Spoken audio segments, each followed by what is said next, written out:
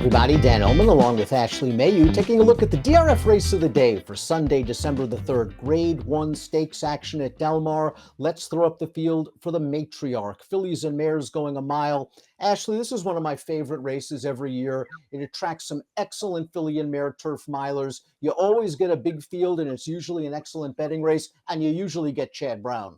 Yeah, I don't know if you get Chad Brown 4 times, though. You get a bunch of Chads in here, 2 for Phil D'Amato, and I think it's a great rendition. I think there's a lot of horses coming off of big last-out efforts or okay efforts that they can certainly improve after having a little bit of a freshening. So a nice field of 12 to kind of kick off a really nice sequence, too, at Del Mar.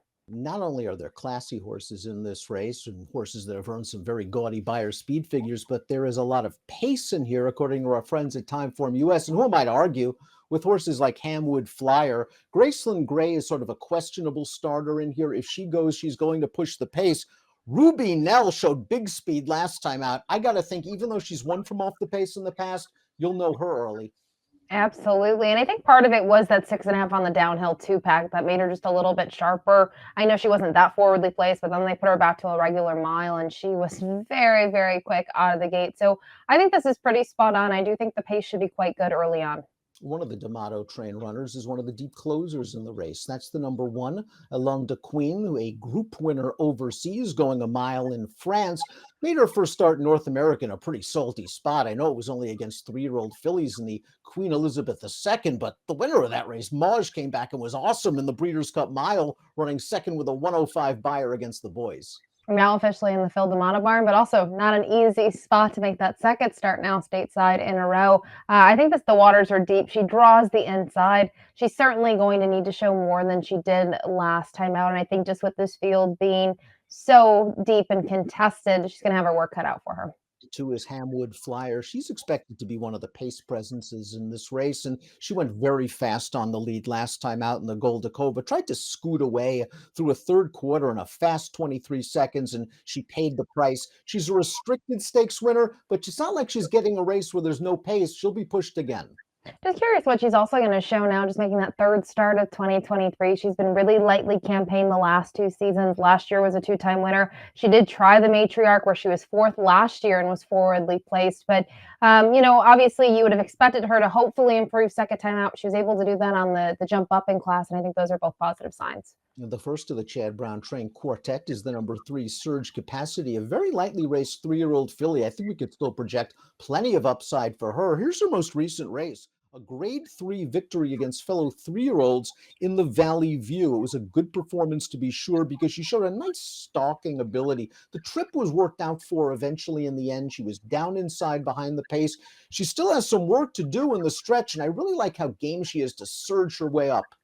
Yeah, this is a really big performance, and this isn't easy, right? She does have to angle toward the inside and sneak up the inside to get the job done. But from what she's shown in 4 starts so far, I think she seems to be the real deal. She's been managed very well, and her lone defeat, I still think at Saratoga, was a really good effort, going a mile and a 16th. So this is one of 4, as we mentioned, for Chad Brown, and they all look very live. Now you're right. She had trouble in that Lake Placid at Saratoga 2 starts back, and she ran down a sharp speed horse, Heavenly Sunday, last time, a horse that came back to win the off the turf Mrs. Revere, a grade 3 at Churchill with an 89 Beyer. Graceland Gray is next. This would be a great story. This is a horse that began her career at Lethbridge of all places, and here she is in a grade 1 stakes race after winning a high level, second level allowance at Santa Anita last time out, where she went to the front. She extended through a quick third quarter in 23.03. This field wasn't the strongest, however, so not only is she stepping up in class, the pace is likely to be tougher as well. But you talked about her humble beginnings. 95 Beyer speed figure here, Dan, for this effort, and I thought it was really nice.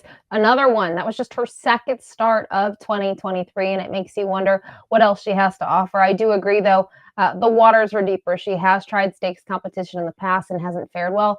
Could you make the case that maybe as a 4-year-old filly she's better? Sure, you could, but there's a lot of tough competition in this field.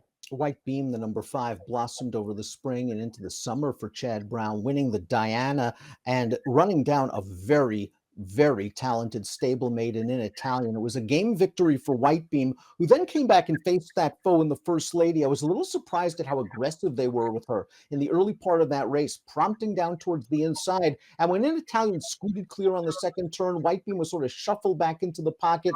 She ran okay. I'd like to see her be taken back and make one run, especially in a race with some pace. Absolutely. I want her to see her old tactics, right? I don't think that trip worked out for her. Maybe they analyzed the race and thought things were going to play out differently. I just don't think it worked for her. I think it certainly worked against her. And love that you commented on the Diana. The Diana this year was just a field of 5, as we know, but it was a deep field of 5. There were some nice horses in there, and the way that she was able to get the job done, I think she really kind of stamped herself as the real deal coming out of the Gallarette before that. So I would not be surprised at all to see her rebound. And to me, out of the Chad horses, anything close to the Diana might be very tough against this field. Chad also has the 6 Butte Cachet, a horse coming off a runner-up effort in this race, the Athenia at Aqueduct. And she had a good trip overall. She saved ground in the pocket. She's going to come through up the inside. The problem is she didn't have the best trip in the race, and that went to her stablemate Technical Analysis, who was able to walk the dog on the lead, a half in 48 and 3, 3/4 in 14 and change. Butte Cachet tries hard, just couldn't overcome that little tactical disadvantage. She'll get a better setup here. She will. I just wonder if she's a step below her stablemates in this field, at least. I mean, we mentioned Technical Analysis was able to work out a really nice trip and get the job done last time out. And the only other thing I'll say is this is a step up for her. I know she's been in a Group 1 and a Group 3 event overseas. She fared okay in the Group 3, but she's coming out of stakes that are not graded. I think she's going to need to improve from a number standpoint, and now she's got to tackle a new surface and go out west and show herself. Ruby Nell, the number 7, goes out for Richard Mandela in smoking form. This horse has won 4 of her last 5 starts. She was so impressive winning the Autumn Miss against fellow 3-year-olds. She stumbled so badly at the start, and then after a quarter mile, she's in front, and after a half mile, she's in front by 10, and she's really not stopping. No, not at all. And you look at her, her last 4 races, this is what she's done in 3 of them, right? She's been forward out of the gate, has been able to open up a couple of legs, but this was different. This is a lot of legs that she was able to open up on this field. Now, do I know if she faced the toughest of field? I think the runner-up's a really nice horse, but outside of that, I don't know. I will say, though, I'm curious to see what's going to happen here. She was very eager in that race. I would hope that she's not as eager, but I do also think that she might get some pace presence from other horses on the front end. The 8 Queen Goddess is a filly I don't want to sleep on in this race. She won the Pegasus World Cup filly and mare turf earlier in the year, and it looks like maybe slowly she's coming back to her best form. She was beaten by Closing Remarks as the favorite last time out, but it was a first race off a pretty substantial layoff, and she was close to that fast pace while Closing Remarks had the better setup. Yeah, I think she raced very well off the layoff. And I think going back to even her prior effort in the Gainley, I mean, she was 3rd, beaten by a length. I know she ends up, kind of choking up at the end and not, being able to sustain her bid because she was on the lead. And usually I don't like that in horses, Dan, but I think all in all, against that group, it was a good effort. You've mentioned she comes back with a decent effort. I wouldn't be surprised to see her take another step forward. And we know she loves Del Mar.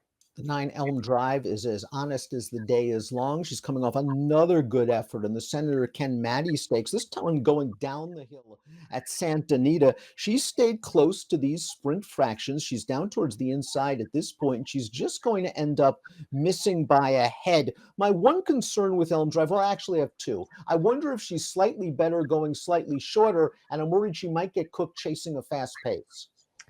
I wonder about that as well. I will say I've been watching some content. The Connection seemed very excited to put her in the spot and stretch her out in distance. I think she took to the turf again.